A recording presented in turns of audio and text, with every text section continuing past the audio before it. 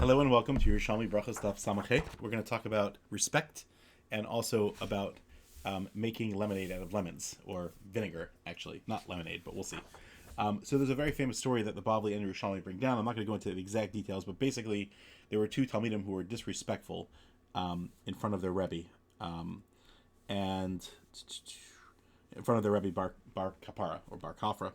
And basically they both poskin in front of him, so he said, Chacham Ein Khan, famous line, if there isn't wisdom here, meaning if you don't acknowledge me as being the wisest one in the room, Zaken Ein Khan, but at least I'm older than you, so you should have respect. And again, we see the kapeda that the Talmid Chacham had about respect for Torah, because we can only learn from a place of respect. That's just the way Torah goes. And then the Gemara says, tragically, that both these students who were disrespectful, and now, this is just they both died within that year. Rav Yossi says, Ha'azlin trade. But listen to the value of human life. Tragically, these two people died. But we don't have the answer to the shaila they were actually discussing. And so then the Gemara gives an answer. But again, you see where Chazal's hearts were. What's the answer?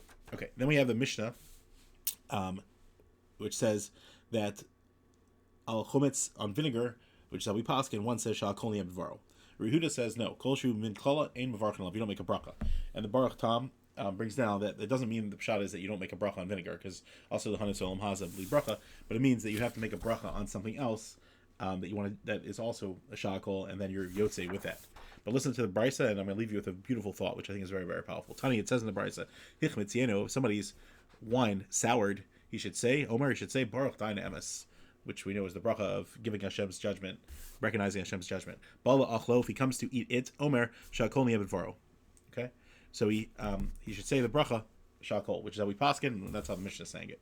What do we see here? This is making lemons out of lemonade. That in life things happen. We don't understand why, but the bottom line is that we have this wine that was an expensive commodity, but for some reason Hashem decided that it should become vinegar. So therefore, when that happens, a person should make a dayan emes and feel that pain and recognize that the Rebbeinu Shalom, everything you do to be matzdik the din, and recognize it. But bala achlo, what do you do afterwards? You still, even though it's vinegar and it got downgraded and you're sad, but no, sha'kol nihiyeh b'dvaro. When you come to eat it, now you have to say, Rebbeinu Shalom, this is what I have in front of me, and now I'm going to thank you for what I have. Sha'kol, everything nihiyeh b'dvaro is because of you, and it is up to you. And that is a powerful lesson. The Bavli says a similar thing, but this lesson in the Gemara here, in the Yerushalmi, alerted me. When you're coming to eat it, Omer, it changes our perspective. And now we recognize, everything comes from you, even though it's not what I wanted, it's not what I intended.